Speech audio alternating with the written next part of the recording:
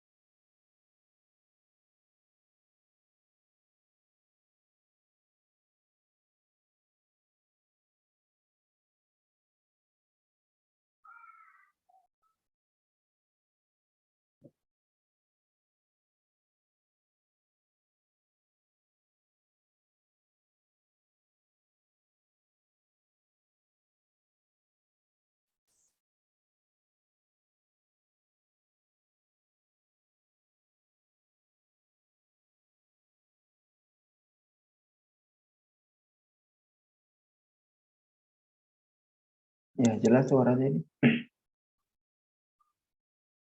Jelas, Ustaz.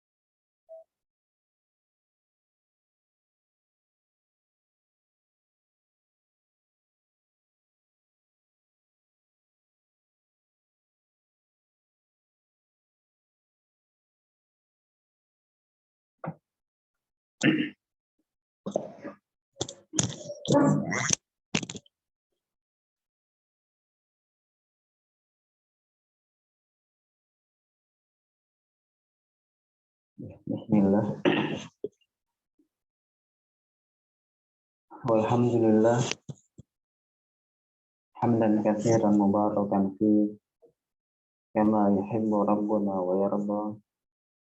Asyhadu an la ilaha illallah wahdahu la syarika lah.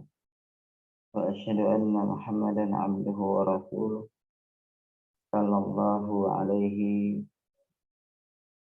wa ala alihi wa sahbihi wa sallama tasliman katsiran. Tsumma amma ba'd. Alhamdulillah, pada kesempatan kali ini berkat karunia Allah, berkat taufiknya, kita dapat berada di program daurah Ramadan di Ma'had Sibawai. Semoga kegiatan seperti ini bisa memberikan sedikit banyak manfaat serta keberkahan pada umur kita di dunia ini. Baiklah, sekarang kita masuk kepada pembahasan daripada kitab Khulasat Ta'lim al-Ilm. Sekarang masuk pada Al-Maqid As-Sabi'a Asyara. Ada yang mau membacakan, silakan.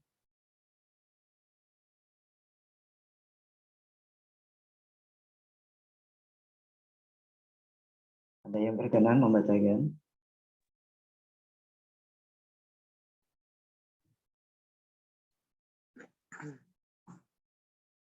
Amanah Ustadz. Ya, silakan. Inna lil ilmi hurmatan. Ada langsung dari atas Al-Maqidu As-Sabi'a Asyara, kemudian judulnya. Al-Maqidus Sabi'a Asyara. Az-zabu anil ilm wa zaudu anil ghiyadi. Alhamdulillah wassalatu wassalamu ala rasul. Innal ilmi hurmatan. Inna lil ilmi. Inna lil ilmi hurmatan wafiratan. Ya. Tujibul Antisoro lahu anintisoro lahu idza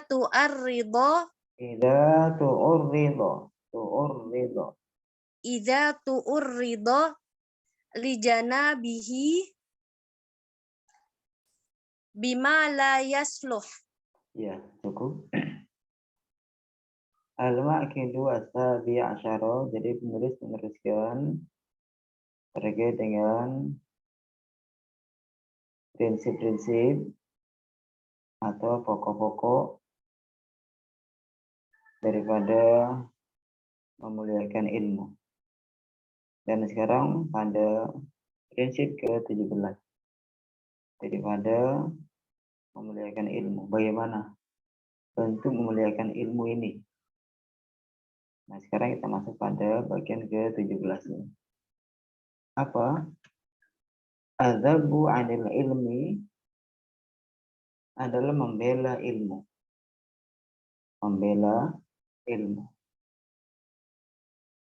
Wa zaudu 'an hiyadihi. Dan menjaga akan kolam-kolamnya. Menjaga akan kolam-kolamnya. Akan sumber-sumbernya. Jadi penulis ini memberikan lanjutan bahwa dalam rangka mengagungkan ilmu, bagaimana adalah seseorang harus membela ilmu. Dan harus juga mempertahankan serta memperjuangkan sumber-sumbernya. Kolam-kolamnya. Majelis-majelis ilmu. Kitab-kitab para ulama. Lebih-lebih Al-Quran. Wassunnah. Karena Al-Quran dan Al-Sunnah adalah sumber ilmu.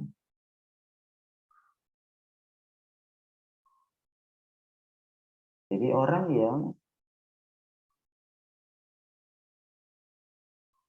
mengagungkan ilmu, maka apa? Tentunya terpanggil untuk membela ilmu. Memuliakan sumbernya. Memuliakan yang membawanya. Memuliakan gurunya. Memuliakan sekolahnya. Memuliakan kitab-kitabnya. Memuliakan para pelajar ilmu.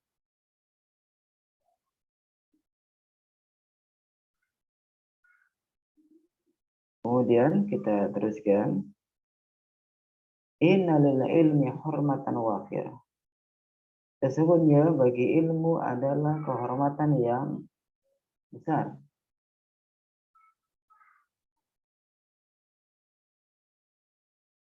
tujibu al-intisara lahu, yang mewajibkan kehormatan ini, mewajibkan adanya pembelaan untuk ilmu. Kapan? Idza tu'arida li janabihi bima la yasluhu. Apabila dihadapkan pada sisinya, pada ilmu ini dengan apa yang tidak layak, tidak pantas.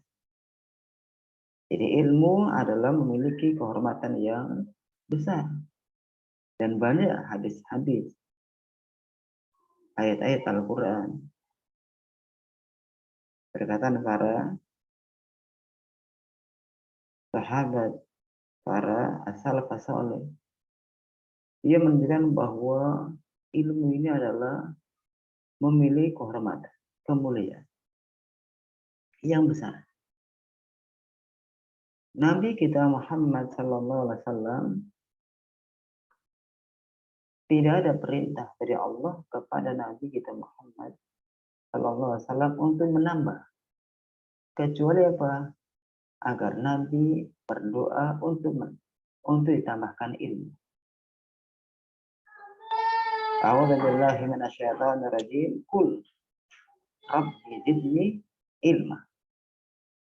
Katakanlah wahai Muhammad, Rabbi, wahai Rabbi, zidni, tambahkanlah ke saya ilmu.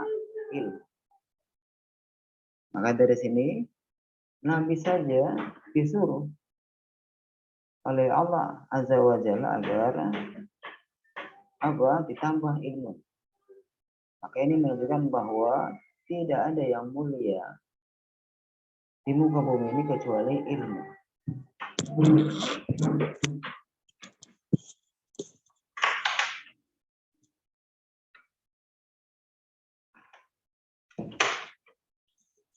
Jadi tidak ada yang mulia di kehidupan dunia ini kecuali ilmu. Ada sebuah perkataan Arab bagus. Al-alimu kabirun wa in kana sahiran wal jahilu sahirun wa in kana kabiran. Orang yang berilmu itu adalah besar meskipun kecil umurnya, kecil badannya, kecil hartanya. Sebaliknya, orang yang bodoh adalah kecil meskipun besar. Tua umurnya, besar badannya, besar rumahnya, meskipun.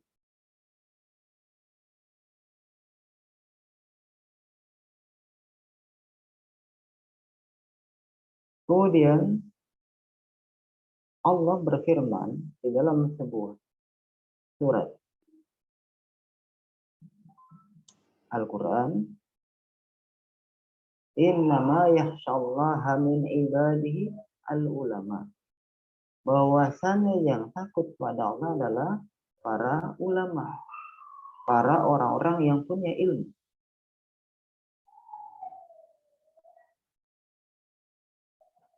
Jadi dipuji oleh Allah Azza wa Jalla orang yang punya ilmu.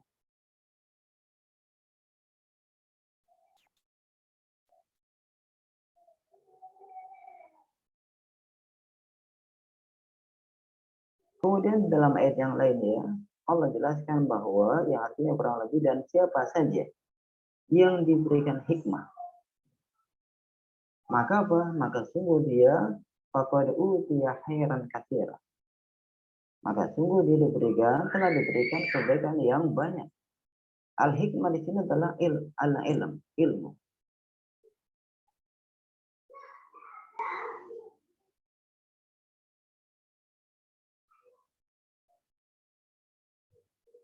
Jadi ilmu adalah sesuatu yang berharga.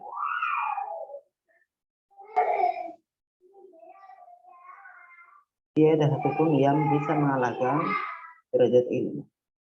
Yarfa'illahu alladhina amanu minkum walladzina utul ilma darajat.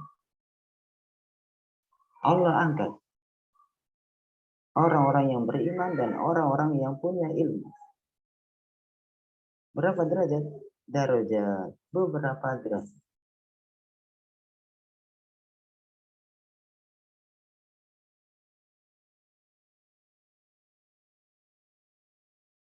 Jadi terkait dengan kemuliaan ilmu, tidak ada yang bisa membantah. Tidak ada yang bisa membantahkan. Tidak ada yang bisa membantah akan hebatnya ilmu. Nah, ilmu ini bagaimana? Ilmu tidak bisa ngomong. Ya. Kita para ulama tidak bisa bicara. Kita para ulama tidak bisa bicara.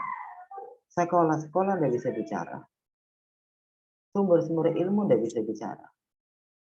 Maka apa? Perlu adanya pembela. Dan pembawa ilmu juga, meskipun mereka bisa berbicara, tapi apa tetap adanya kebutuhan terhadap pembelaan dari pihak lain.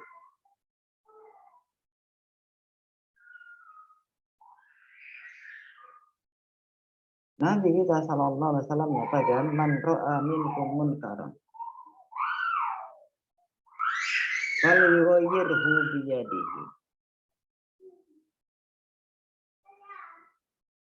Siapa saja yang melihat kemungkaran di antara kalian, maka apa? Maka hendaknya dia merubah dengan tangannya.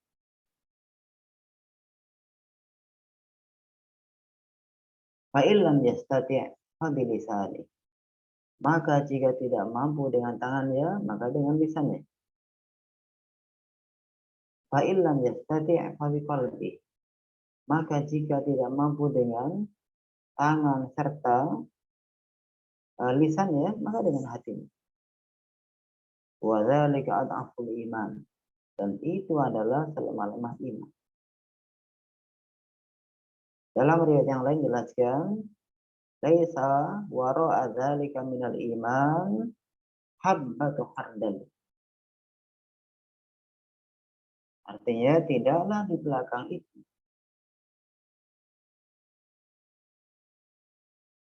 sebiji sawi daripada keimanan. Ini menunjukkan bahwa amar ma'ruf nahi munkar harus ditegakkan. Dan hadis ini menunjukkan bahwa nahi munkar harus ada. Orang yang menciderai kehormatan ilmu, makin adalah suatu kemungkaran dan harus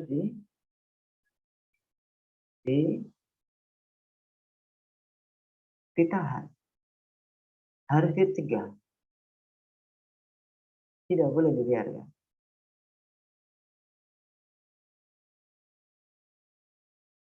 Jadi tujibul intisara lahu idza tu'arida li janabihi bima la yasluh. Kehormatan ini mengharuskan adanya pembelaan untuk ilmu apabila dihadapkan kepada sisi ilmu ini dengan apa yang enggak pantas. Jadi ketika ada yang mencintai ilmu, mencintai Al-Quran, mencintai Rasulullah, mencintai sahabat Rasulullah SAW, melecehkan para ulama salaf, maka apa? Harus ada. Kita, orang muslim, rasa apa? Rasa untuk membela kehormatan mereka semua.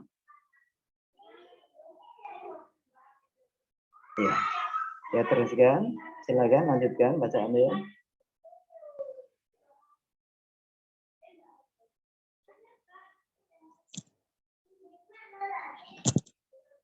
Ada yang mau meneruskan bacaan ya?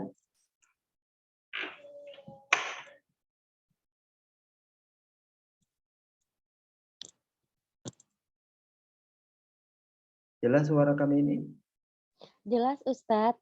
Mau amanah Iya, lagi jelas. atau teman yang lainnya gantian Ustadz? Ya, terserah. Yang lainnya ada yang berkenan, silakan bergantian.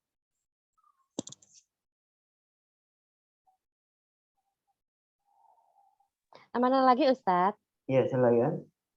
Waqad zoharo hadzal intisoru inda ahlil ilmi fi mazahira minha ar-raddu alal mukhalif famanistabanat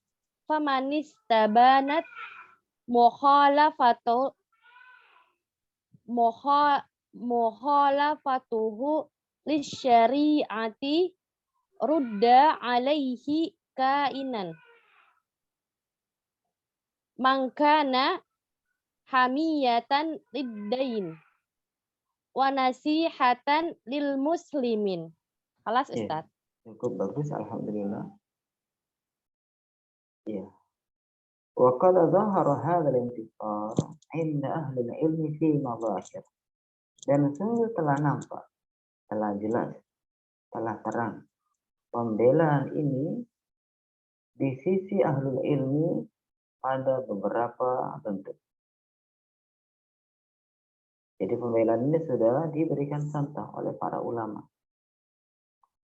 Dengan para ulama kita yang belum kita sudah memberikan contoh untuk kita. Contoh cara pembelaan kepada ilmu. Apa diantaranya? Minha ar-raddu 'alal mukhalifi.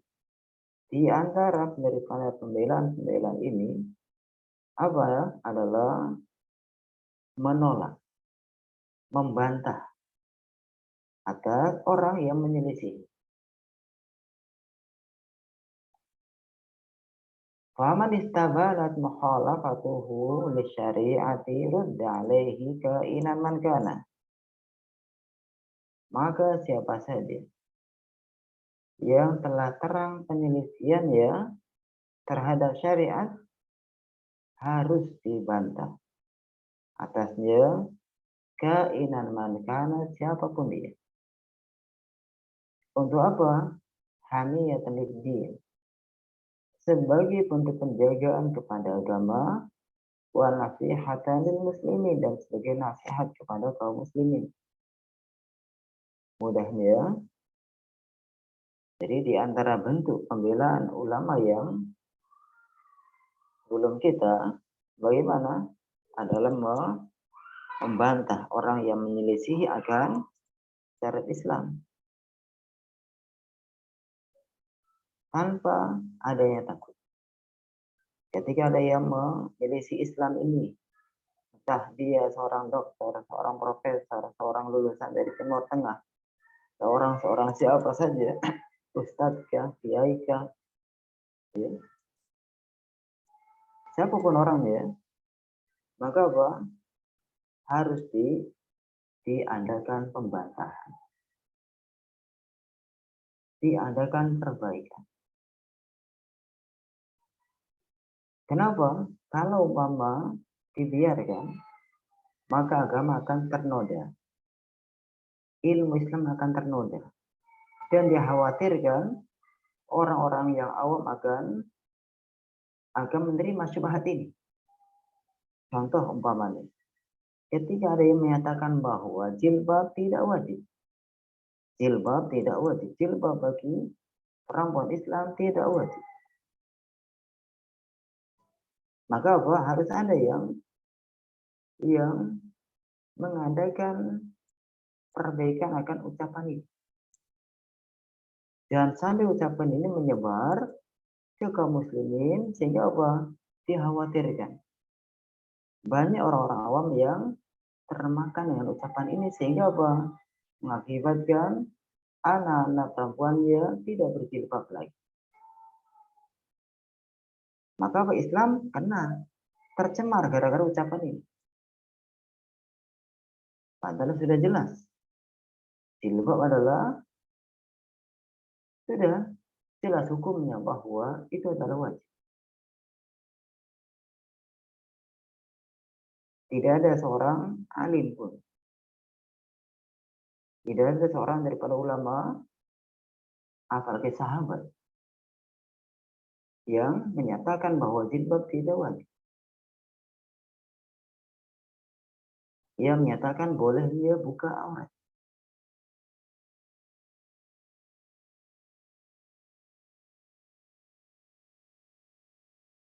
Asma binti Abi Bakar pernah ditanya.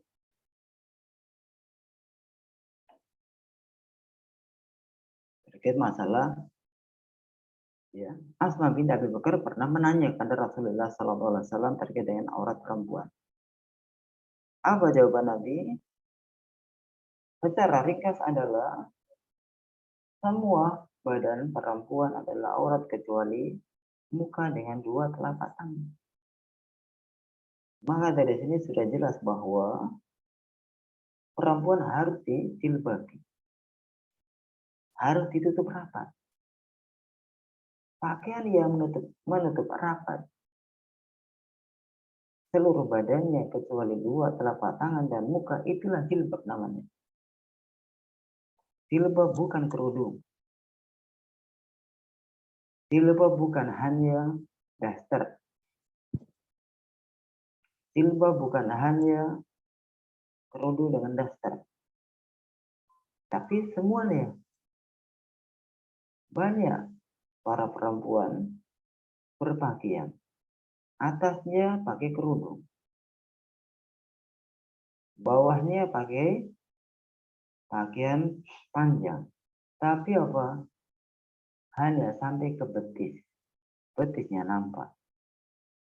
Atau ada yang sampai mata kaki. Tapi kakinya nggak dibungkus dengan kaos kaki. Ketika naik motor, tersingkap auratnya. Ini banyak. Jadi hendaknya ketika ada penyelesaian daripada ucapan siapapun dia, harus ada yang membantahnya sebagai apa? Haniyatan didi, sebagai pembelaan, sebagai penjagaan akan agama Islam ini. Wa nasihatan lil muslimin, dan sebagai nasihat bagi kaum muslimin. Kenapa dikatakan nasihat? Karena kalau seandainya dibiarkan, maka orang-orang Islam, terutama awam, akan terkena dengan syubhatnya. Maka perlu dinasihati kepada orang Islam bahwa yang ini tidak boleh. Yang benar adalah jilbab wajib. Ya, baik, kita teruskan. Silakan teruskan lagi.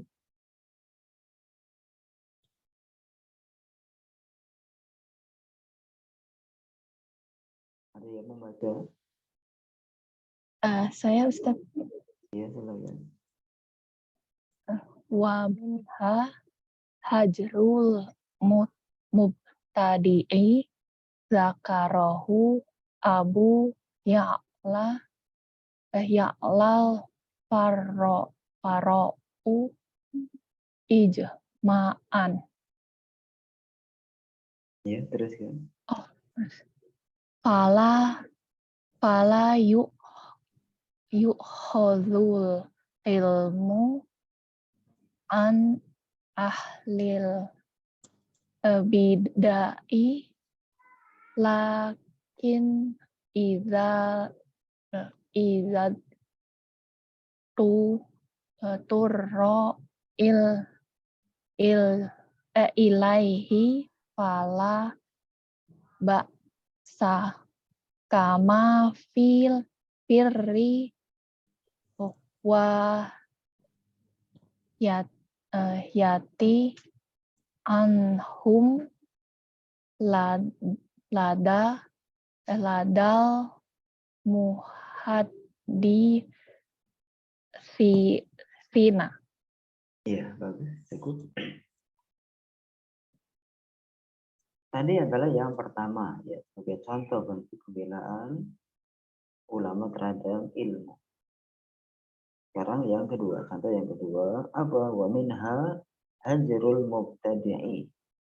Yang diantara juga adalah apa? Meninggalkan pelaku bid'ah.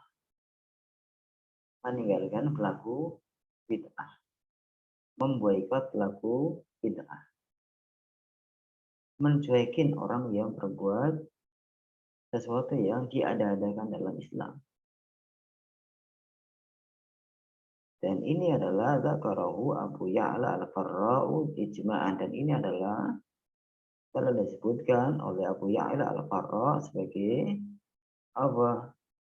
Sesuatu yang telah disepakati dari para ulama. Jadi para ulama bersepakat bahwa orang yang mengada-adakan dalam hal agama Islam, maka pelakunya adalah diboikot. Pelakunya adalah diboikot, ditinggalkan, tidak dipedulikan. Fala yu'khadhu al-ilmu an ahli bid'ah. Maka tidaklah diambil ilmu dari pelaku bid'ah.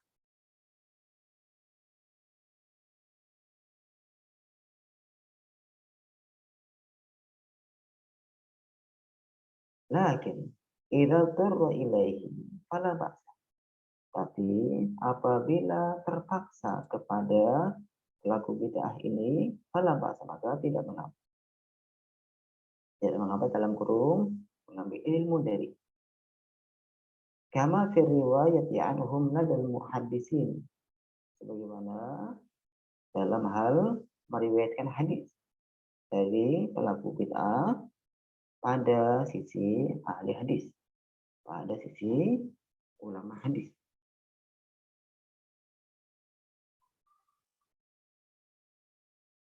Mudahnya, jadi contoh pembelaan kepada ilmu apa adalah dengan cara siapa-siapa pelaku bid'ah, terutama alimnya, ustadznya, ustadz pelaku bid'ahnya, tokohnya, terutama tokohnya. Nah, tokohnya ini apa? Diboikot, ditinggalkan, dicuekin, tidak dihiraukan. Dan ini adalah merupakan ijma'nya para ulama. Sehingga apa? Sehingga ilmu yang dimiliki oleh tokoh bid'ah ini tidak perlu diambil. Tidak perlu diambil. Tidak perlu kita belajar pada dia. Tidak perlu kita berguru dengannya. Tetapi apa? Kalaulah seandainya yang punya ilmu itu adalah pelaku bid'ah tadi, tokoh bid'ah tadi, maka nggak mengapa. Karena ulama ahli juga ada mengambil riwayat dari orang yang melakukan sesuatu yang bid'ah.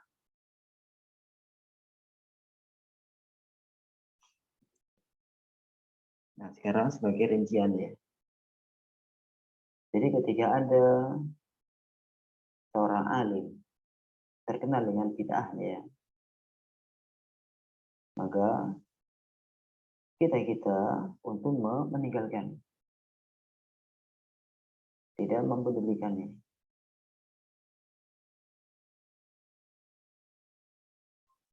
Tetapi apa? Ketika si alim ini memiliki ilmu yang tidak dimiliki oleh orang lain, katakanlah dia mengajarkan makhraj Al-Quran, mengajarkan Al-Quran, makhrajnya. Ustadz yang lainnya makhrajnya katakanlah kurang pas. Nah, yang alim ini yang pas, makhrajnya bagus. Idharnya, ikhfa'nya, tajwidnya, ya. Mengeluarkan huruf-huruf sesuai dengan makhrajnya. Mana huruf lisannya, mana huruf bibir, ya, mana huruf tenggorokan, mana huruf macam-macam, paham benar.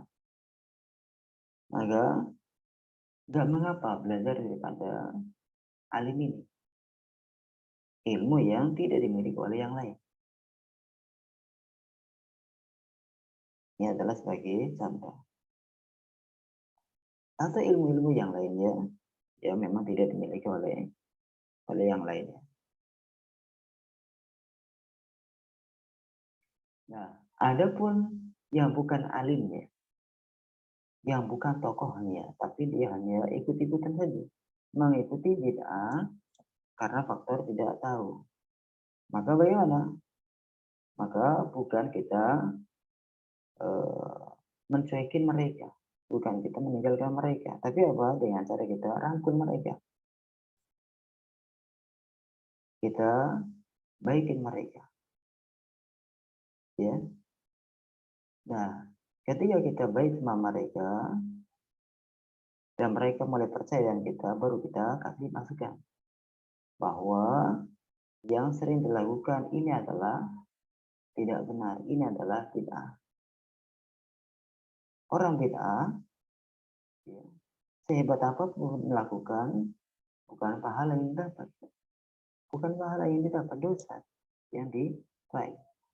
Kita sampaikan, semoga dengan sudah dekatnya kita dengan mereka, mereka mau menerima apa yang kita kasih, sehingga dia terselamatkan daripada hal-hal yang bernilai bid'ah. Ya, kita teruskan. Ya, silakan, ada lagi yang mau membaca?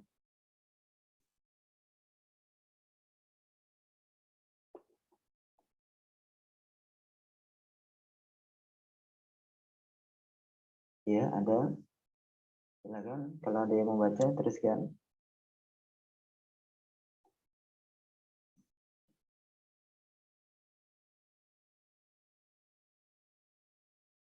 Atau siapa saja, enggak apa, silakan. Coba ya Ustadz. Iya, silakan. Bismillahirrahmanirrahim. Wa minha zatrul muta'allimi iza ta'adda fi bahsi au dhahara minhu ladadun au su'u adab wa inih tajal muallimu ila ikhrajil muta'allimi min majlisihi zatran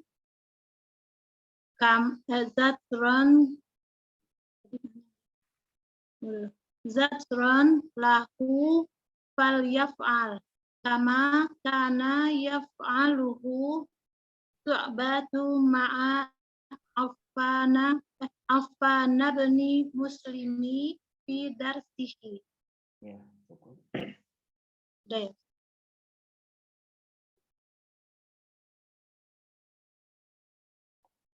Ya, kita teruskan sampai yang selanjutnya ya. Zajrul muta'al. Ya. Yang mana? Sudah ya Pak Ustaz? Ya, Belum? cukup. Ya, cukup. Baik. Kami terangkan dulu.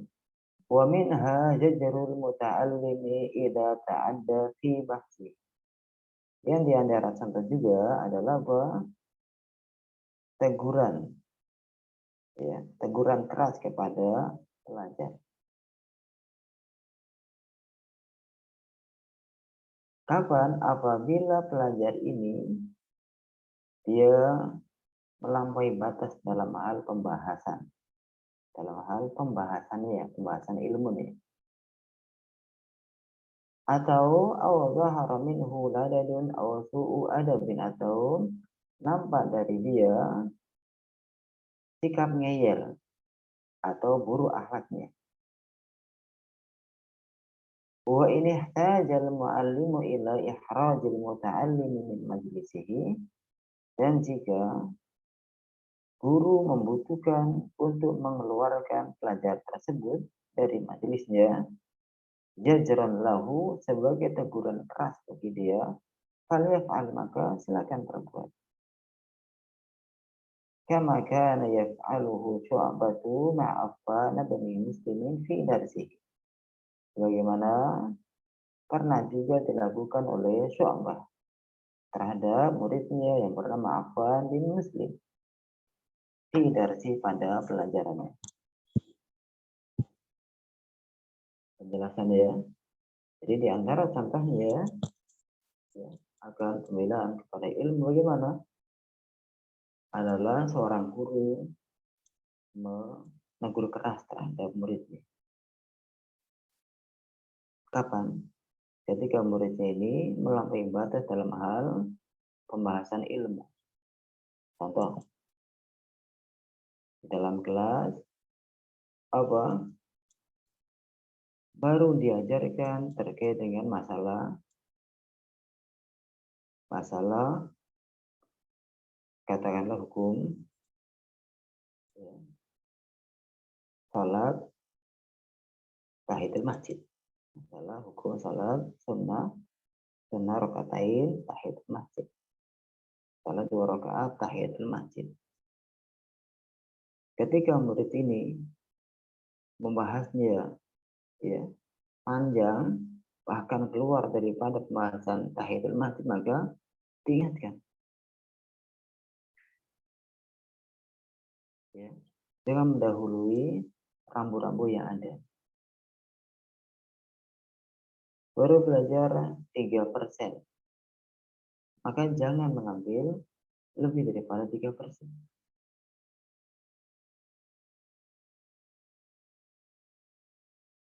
Atau guru ketika menerangkan, ada murid yang bertanya, pertanyaannya sesuatu yang belum diajarkan. Pertanyaannya adalah bab-bab yang akan datang.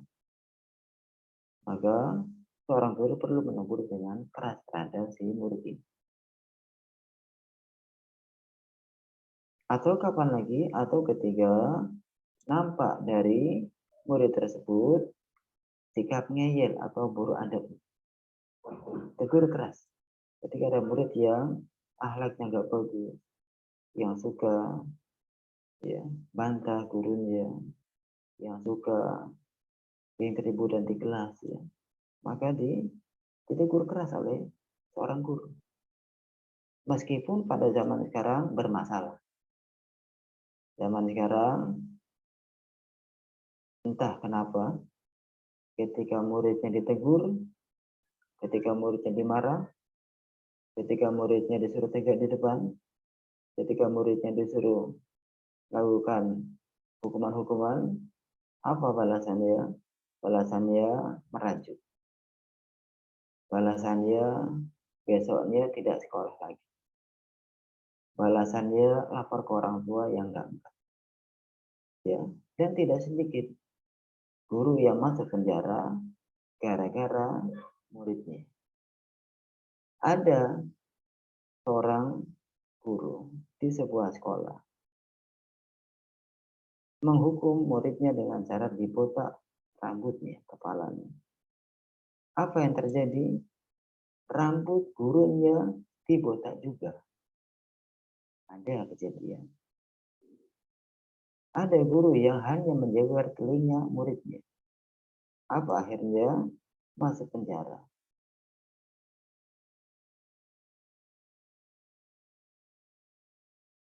Jadi sebenarnya apa? Ketika ada guru akhlak yang timbul dari seorang murid, maka untuk segera dicegah. Karena su'ul khuluqi yu'adi. Buruk akhlak nular. Kalau dibiarkan, ya akan terkena imbasnya. Ya tinggal, ya pandai-pandai seorang guru. Karena kita hidup di zaman fitnah. Pandai-pandai seorang guru bagaimana caranya mensiasati agar buruk akhlak seorang murid bisa teratasi.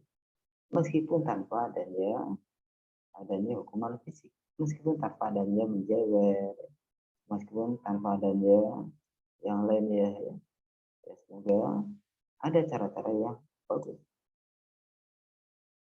Entah dengan cara ditegur secara lisan sekali, 2 kali, 3 kali tidak bisa, maka disepakati oleh pihak sekolah dipindahkan, dikeluarkan. Jadi meskipun tanpa kekerasan langsung sekali, 2 kali, 3 kali dengan lisan nggak cukup, ya sudah dikeluarkan saja. Jadi sekolah aman, kawan-kawan sekelas aman, ya, guru-guru juga aman.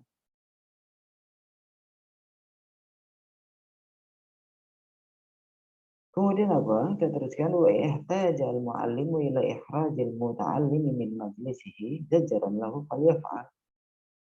Dan jika seorang guru butuh kepada hukuman mengeluarkan siswa yang kayak tadi daripada majelisnya, daripada kelasnya, daripada pelajarannya, sebagai teguran keras bagi dia, maka silakan perbuat. Ketika sekali dua kali sudah diingatkan murid ini tidak bisa ya, berubah, ya sudah. Kita persilakan murid yang bersangkutan agar keluar dari kelas. Ya fulan silakan ya keluar aja, silakan bersih-bersih kelas ya. Kalau Anda nggak mau belajar, ya lebih bagus ya bersihkan lingkungan sekolah, lebih bagus. Bersihkan lingkungan sekolah ya. Atau kamu masuk ke masjid, baca Al-Quran lebih utama daripada bikin keonaran, ya, bikin suasana belajar tidak nyaman. Kama kana yaf'aluhu Syu'bah ma'afan bin Muslim fi darsi, sebagaimana ini pernah dilakukan oleh Syu'bah, seorang alim besar, seorang ulama besar terhadap muridnya yang bernama Affan bin Muslim pada saat belajarnya. Baik, sekarang kita teruskan. Silakan, ada yang mau meneruskan bacaannya?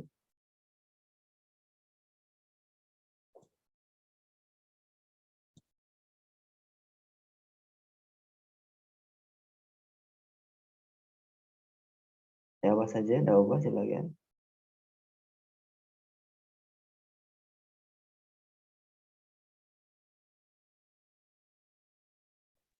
Nah, Ustadz. Iya, silakan. Waro'aina haza kasiron. Ada waqad yusjaru atasnya ya. Nah, Ustadz. Waqad yusjarul muta'allimu bi'adamil iqbali alaihi wa tarki ijabatihi fasukutu jawabun qalahul a'mas. Iya, bagus. Sudah, artikan waqad yusjarul muta'allimu bi'adamil iqbali alaih. Dan kadang apa? Kadang siswa, murid teguran keras dengan cara apa? Bi'adamil iqbali alaih, dengan cara tidak ada perhatian atasnya. Wa tarki ijabatihi, dan dengan cara apa? Meninggalkan untuk menjawabnya. Fasuku itu jawabun, karena diam adalah sebuah jawaban. Qalahul a'mash. Ini adalah dikatakan oleh al-a'mash. Jadi apa mudahnya? Teguran itu bervariasi caranya ya. Teguran seorang guru terhadap pelajar itu bervariasi sesuaikan dengan keadaan di tempat. Ya, sesuai dengan keadaan di tempat. Nah, apa di antara bentuk teguran yang di sini yang diberikan contoh apa? Dengan cara dicuekin. Jadi ketika ada murid yang buruk akhlaknya, ketika ada murid yang ngeyelnya super ya, maka dicuekin aja. Dianggap seakan-akan dia tidak ada. Seakan-akan wujuduhu ka'adami. Adanya dia seperti nggak ada. Anggap aja nggak ada. Anggap aja dia anak kecil. Anggap aja dia ya tidak perlu diperhatikan. Ya. Jadi kita sampaikan pada anak kita jangan terganggu dengan keributan dari yang membuat keributan. Ya anggap itu adalah suara apa? Dicuekin. Wa tarki ijabatihi, dan meninggalkan apa? Menjawab murid yang tadi. Ketika muridnya bertanya yang macam-macam, cuekin aja. Gak perlu dijawab. Karena apa? Fasaku dijawab. Karena diam adalah jawaban yang pas bagi orang kayak tadi. Karena ada dalam kelas, dalam sebuah majelis ilmu, ada saja ya, orang yang iseng. Yang nanya yang kemana-mana. Pertanyaan. Maksudnya nggak jelas. Entah maksud agar mengalihkan daripada ilmu ya. Entah maksud bikin kegaduhan ya. Entah macam-macam. Banyak orang sikapnya macam-macam. Nah, kalau ada pertanyaan yang nggak nyambung dengan pelajaran, pertanyaan yang nggak jelas kemana arahannya, belajar masalah sholat. Nanyanya masalah warisan. Nggak nyambung. Atau belajar masalah ilmu warisan, ilmu faraid. Nanya masalah, katakanlah jihad. Nggak nyambung.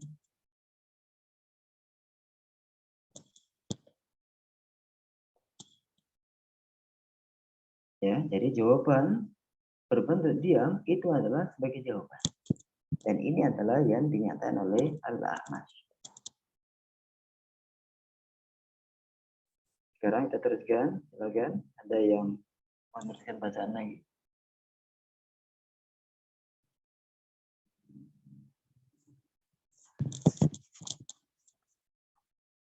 Coba lagi ya Pak Ustadz. Iya, silakan. Wa ra'ayna hadza katsiran min jama'atin minas tuyuti minhumul allamatu ibnu bari Bazin. bazin farum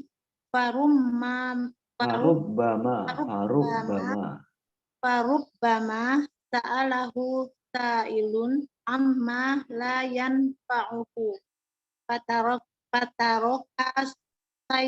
fataroka syaihu ijabatahu wa amaro qari'a ayyuwasila qira'atahu au ajabahu bi khilafi qasdihi. Iya. Bagus. Sekarang kita artikan. Ra'ayna hadza katsiran min jama'atin minasyuyukh. Dan kita telah melihat hal ini ya banyak terjadi dari jamaah, dari orang-orang ya, dari sekelompok dari para syekh, para ulama. Minhumul allamah ibnu Bazin, di antara mereka adalah Al-Allamah Ibnu Baz, seorang pakar hadis di Arab Saudi. Farubbama sa'alahu sa'ilun amma la yanfa'uhu. Maka barangkali ya, ada seseorang yang bertanya kepada beliau tentang apa-apa yang tidak bermanfaat bagi dia, bagi si penanya. Fataraka asy-syaikhu ijabatahu. Lalu apa? Syekh yaitu Al-Allamah Ibnu Baz meninggalkan jawabannya. Wa amara al-qari'a an yuwasila qira'atahu.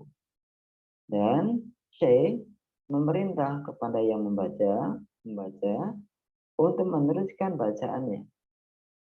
Au ajabahu bi khilafi qasdihi. Atau menjawab penanya dengan bukan maksudnya. Bukan dengan maksudnya atau dengan yang menyelisih daripada yang diinginkan oleh si penanya. Mudahnya ya. Jadi kejadian pertanyaan yang macam-macam ya. Pertanyaan yang macam-macam ya. Ini juga pernah juga dialami oleh beberapa ulama.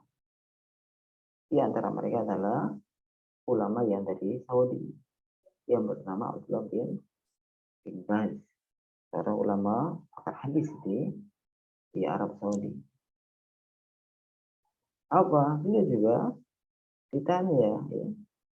Kadang ditanya ya. Kadang ditanya sesuatu yang tidak ada manfaatnya bagi si penanya.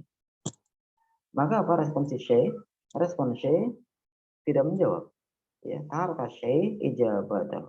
Syekh tidak menjawabnya, meninggalkan jawabannya. Tidak menggubrisnya.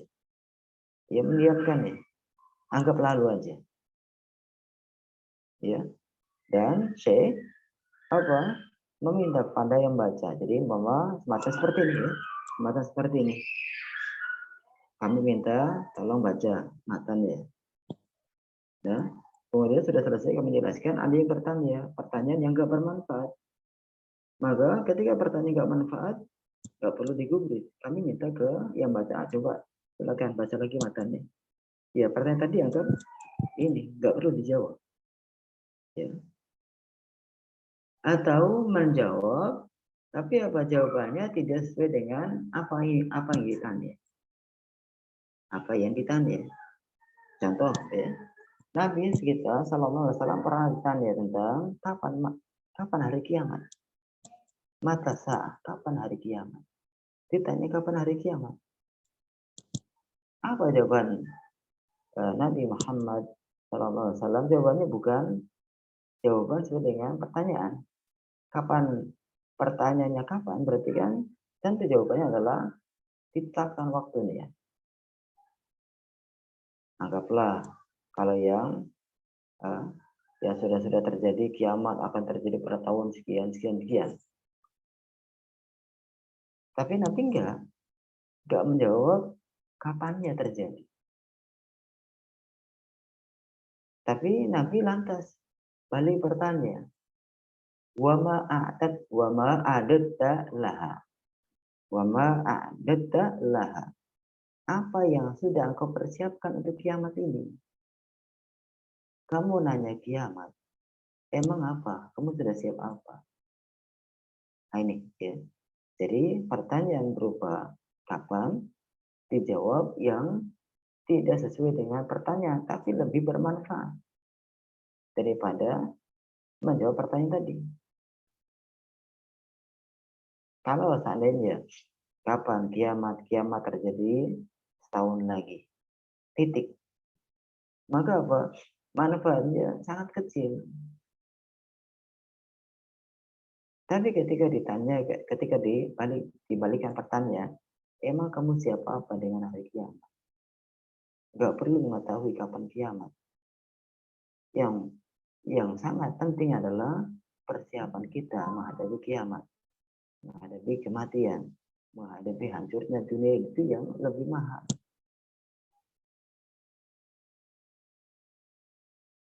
Ya, itu adalah penjelasan terkait dengan al-ma'kid as-sabi asyara.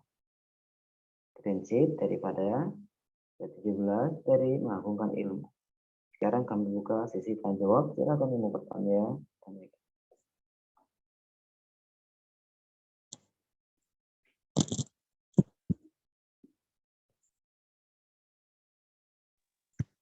Izin bertanya. Ya, silakan. Jika pilihannya adalah tidak mengeluarkan Maaf, suaranya kecil ya, kami nyaris nggak dengar.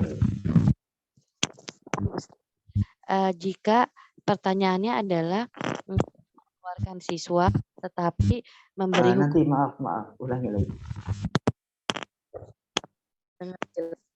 Ya, silakan. Nah, pertanyaannya adalah jika tidak mengeluarkan siswa yang sudah keterlaluan ya Ustadz dalam hal akhlak dan lisannya, kemudian dengan memberi hukuman yang sesuai dengan apa yang ada di siswanya seperti menulis atau menyelesaikan hataman Al-Qur'annya, apakah itu bagian termasuk yang diperbolehkan Ustadz? Maksudnya menjadikan apa aktivitasnya itu sebagai hukumannya Ustadz? Boleh. Jadi apa saja hukuman boleh, asal apa tidak berseberangan dengan ajaran Islam. Dalam kurung asal dia bukan kategori maksiat. Contoh, menghukum dengan cara berjoget di depan kelas tidak boleh. Atau dihukum dengan cara buka kerudung nggak boleh. Atau dengan cara-cara yang memang melanggar Islam, itu nggak boleh. Tapi kalau dengan cara menghukum kamu seperti itu, maka hukumannya adalah kamu menghafal matan Alfiyah Ibnu Malik. Kamu menghafal matan Baiquniyah, nggak menghafal. Jelas ini kira-kira. Ustadz, Jazakallahu Iya. khair. Ya.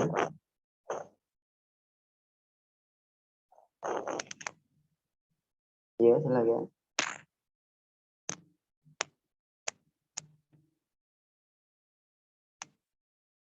Ya, jelas suara kamu.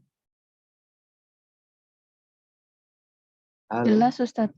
Ya, silakan. Ada masalah lagi?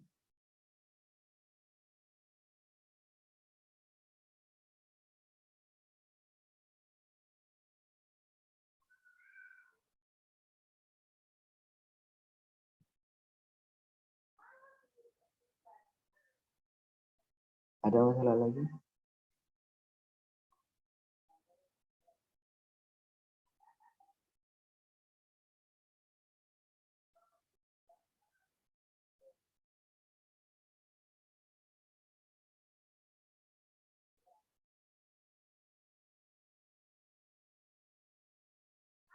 Ada masalah lagi?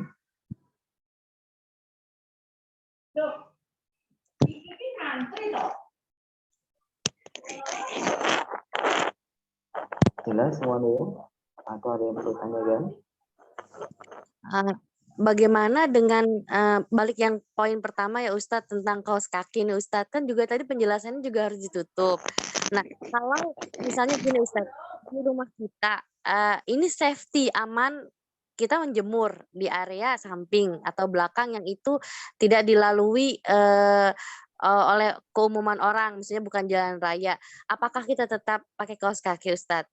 Maksudnya kita udah yakin ini nggak ada yang lewat gitu, tapi masih termasuk bagian dari rumah kita. Gimana Ustadz? Iya. Tapi terbuka tempatnya ya.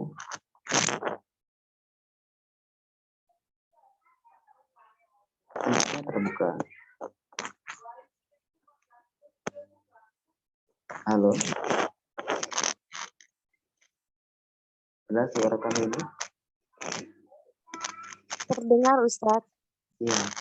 Tempatnya terbuka tadi, yang ketika menjemur, ketika seorang perempuan keluar dengan tujuan menjemur pakaian, meskipun di tempat yang tempatnya, ya, kemudian dia terbuka, tapi ya dia merasa bahwa di belakang atau di area tempat tinggal tidak ada orang, ya tidak ada orang. Tapi apa? Kapan tempatnya adalah terbuka? Kapan tempatnya adalah terbuka? Meskipun tidak ada orang, ada kemungkinan bisa terlihat oleh orang lain karena terbuka. Sehingga apa? Ketika ada yang melihat, siapa yang dosa? Kita. Karena kita membuka sarana orang berbuat dosa. Ya. Jadi kebanyakan orang-orang berbuat karena menyepelekan keadaan. Kenapa kamu nggak pakai kaos kaki? Kenapa kamu nggak menutup aurat secara sempurna? Alasannya hanya depan rumah. Biasanya kalau pagi orang nggak ada kerja, jadi depan rumah nggak ada orang. Atau di belakang rumah main-main di kebun, biasa di kebun nggak ada orang. Itu adalah bentuk menyepelekan keadaan. Karena apa? Ketika ada orang lewat, tidak ada larangan bagi mereka untuk melewat karena jalan umum. Bebas. Entah ketika ada pencuri mau lewat, ya, atau ada orang lain yang ada hajat yang lainnya, tidak ada kemungkinan. Kalau masuk ke kamar mandi, masuk ke rumah, itu kan dalam bangunan jelas tertutup. Kalaupun ada yang ngintip, itu sudah di luar kemampuan kita. Kita dalam kamar, kita dalam rumah, ada yang ngintip. Itu adalah bukan lagi kemampuan kita untuk mencegah. Tapi kalau kita sudah di luar, ya, kalau sudah di luar ya umum. Maka dari sini hendaknya setiap muslimah agar bertakwa pada Allah Azza wa Jalla meskipun dianggap aman.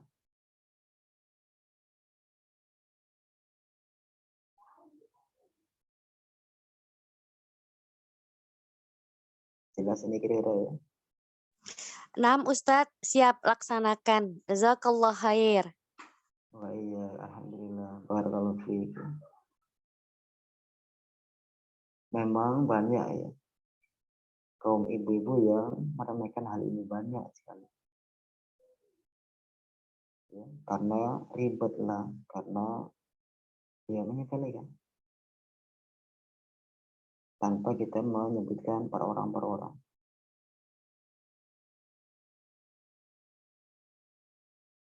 Ada yang hanya main ke tetangga, nggak pakai kaos kaki. Ada yang main ke antar anaknya yang dekat, nggak pakai kaos kaki.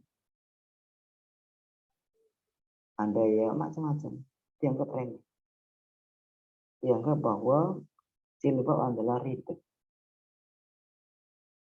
Padahal itu adalah untuk kebaikan sendiri. Dan yang nyuruh adalah Allah.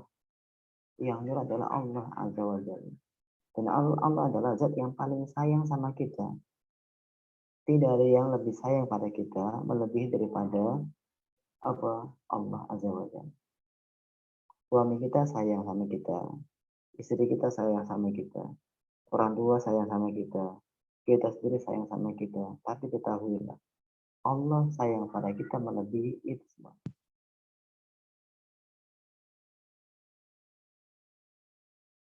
Makanya kita tidak akan mampu mendapatkan manisnya iman, manisnya ibadah, manisnya taat pada Allah, kecuali kalau kita sudah sanggup menjadikan Allah dan Rasulnya adalah yang paling kita sayangi.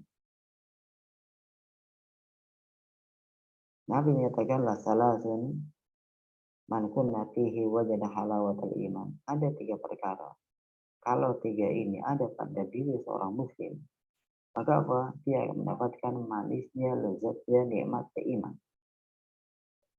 Manisnya, lezatnya pakai jilbab. Apa? Di antaranya adalah ayyakun Allah wa rasuluhu ahabba ilaihi mimma siwahuma. Adanya Allah dan Rasulnya adalah yang paling dicintai oleh dia daripada selain keduanya. Jadi ketika seorang sudah cinta dengan Allah, maka ketika menjalankan aturan-aturan Allah, daripada larangan buka aurat, daripada wajibnya pakai jilbab, daripada menjalankan puasa Ramadan, daripada dan yang lainnya, dia merasa bahwa Allah adalah sangat sayang sama dia. Kurang apa lagi sayang Allah sama dia? Mata dikasih, nggak perlu bayar. Tangan kaki dikasih, nggak perlu nyewa. Nafas dikasih, nggak perlu bayar pajak. Semua yang dimiliki adalah Allah yang ngasih. Butuh apa dikasih. Kenapa kita dengan Allah pilih-pilih? Jadi orang ketika belajar Islam, ketika dia sudah mengetahui bahwa siapa Allah dan apa jasa Allah pada kita, maka dia akan semangat meskipun berat demi mendapatkan cinta dan ridha Allah Azza wa Jalla. Ini sehingga akan mendapatkan nikmatnya beriman. Ada orang salat tarawih, ada orang salat di puasa di. Kalau tanpa didasari dengan cinta pada Allah, maka rasa berat, capek, bosan, bored, atau yang lainnya. Karena hanya sekedar menggugurkan kewajiban. Ada sahabat Rasulullah SAW ketika salat terkena panah. Ketika udah selesai salat, ditawarkan, biar kami cabut panahnya. Apa jawabannya? Jangan cabut.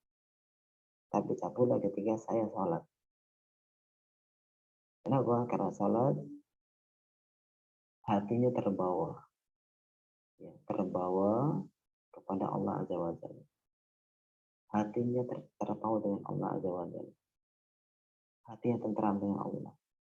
Sehingga rasa sakit badan sirna. Dan banyak contoh daripada ya, para anbiya, daripada para sahabat ya, ketika mereka diuji dengan berbagai macam ujian, maka mereka apa? Menikmati. Jadi ujian mereka menjadi apa? Menjadi nikmat bagi mereka. Imran bin Husain, seorang sahabat Nabi, lumpuh sekitar 30 tahun. Ketika dijenguk oleh saudaranya, saudaranya menangis. Ibu melihatnya, kasihan menengoknya. Apa respon daripada Imran bin Husain? Dia menyatakan, apa yang kalian tangisi? Ketahuilah saya senang dengan apa yang saya alami. Allah sudah tetapkan apa yang sudah Allah tetapkan bagi saya, dan Allah suka kalau saya suka apa yang ditetapkan. Saya suka dengan apa yang Allah tetapkan. Sehingga ujian menjadi nikmat bagi dia. Ya, jelas ini? Ada Jelas, pertanyaan Ustadz. lagi? Alhamdulillah. Ada pertanyaan lagi?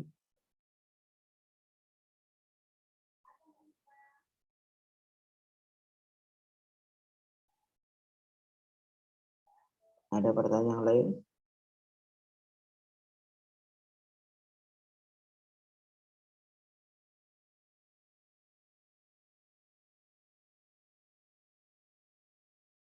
Nabi kita Muhammad Sallallahu Alaihi Wasallam sudah jelas dijamin masuk surga, dijamin masuk surga.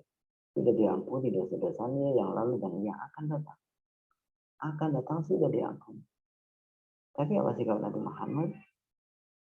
Beliau semakin getol, semakin rajin beribadah. Sehingga sempat ditanya, dikritik oleh istrinya. Kenapa demikian? Padahal kau sudah diampuni dosa-dosanya yang akan datang. Yang lalu akan datang sudah diampuni. Kenapa demikian? Ibadahnya bukan main. Kenapa demikian? Apa jawaban Nabi? Afala akunu abdan syakura? Tidakkah boleh saya menjadi hamba yang pandai bersyukur, pandai berterima kasih? Allah sudah ampuni saya. Allah sudah jaminkan surga untuk saya. Maka bentuk terima kasih saya adalah dengan lebih rajin lagi ibadah. Apalagi kita belum jelas surga dapat apa tidak. Gak jelas ibadah kita yang sudah diterima apa tidak.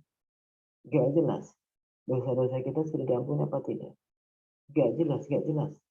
Maka nantinya apa? Harus lebih rajin lagi beribadah untuk mendapatkan surga. Ya Masya Allah surga. Surga ini digambarkan ya, di dalam hadis. Pada saat Nabi Musa alaihissalam bertanya kepada Rabbnya. Ya, pada Rabbnya. Ma'adana ahli jannati manzilatan. Kedudukan tingkatan surga yang paling rendah seperti apa wahai Allah? Apa jawaban Allah? Adalah dia seorang lelaki. Rajulun yakhruju minan nari habwan. Adalah seorang lelaki yang dia keluar dari api neraka dengan cara merangkak. Jadi orang yang paling rendah derajatnya di surga adalah mereka yang paling terakhir keluar daripada neraka. Jadi orang yang paling terakhir keluar daripada neraka dan paling terakhir masuk ke surga, dia mendapatkan derajat yang paling rendah. Bagaimana gambaran surga yang paling rendah? Atardo an yakuna laka mislu mulki malikin min mulukin dunia. Apakah engkau suka engkau memiliki ya, kerajaan seperti yang dimiliki oleh seorang raja daripada raja-raja dunia? Ada raja yang menguasai sampai 1/4 dunia. Engkau mau memiliki kerajaan yang seperti ini? Ya, apa jawabannya? Rodi itu saya suka. Kemudian apa? Akhirnya dinyatakan walaka hadza wa asyaratu amsalihi. Bagimu ini dan 10 kali lipat. Bayangkan. Di dalam redaksi lain, ayat yang lain nyatakan bagimu dunia dan 10 kali lipat dunia. Itu adalah surga yang paling rendah. Maka hendaknya kita agar mengorbankan apa yang kita miliki, menjual apa yang kita miliki untuk mendapatkan surga Allah. Ya. Di mana tingkatan yang paling rendah ya, paling rendah saja seperti itu, apalagi yang paling tinggi. Ya, apalagi surga yang paling tinggi, surga yang paling dekat dengan arsy Allah. Maka lebih hebat lagi kenikmatannya. Ya, jelas ini kira-kira ya.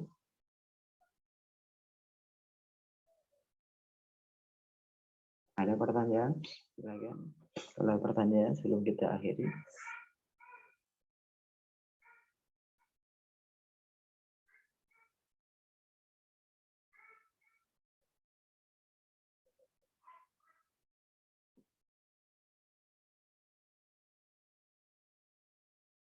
Ada pertanyaan? Silakan. Dari pembahasan kita nggak ada.